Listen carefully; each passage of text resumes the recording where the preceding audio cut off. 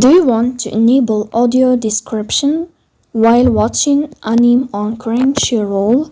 In this video, I will show you how to activate audio description on the Crunchyroll app step by step so you can enjoy your favorite shows with narrated descriptions of on-screen actions. Audio description helps viewers better understand what's happening in every scene by adding spoken explanations during the video. So let's go to see how it works. The first thing you have to do is to go to Crunchyroll app.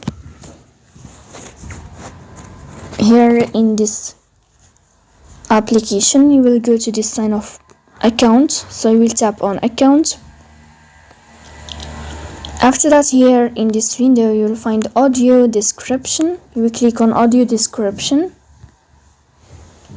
And then here in this page, you will find audio descriptions. You will click to enable. And when you enable this feature here, you will be in, as you see here, by enabling this setting, we will automatically play audio descriptions when available. So you will tap here to enable. So that's it. If you are enjoying watching this video and if this video is helpful for you, don't forget to support us by like and subscribe. See you next time.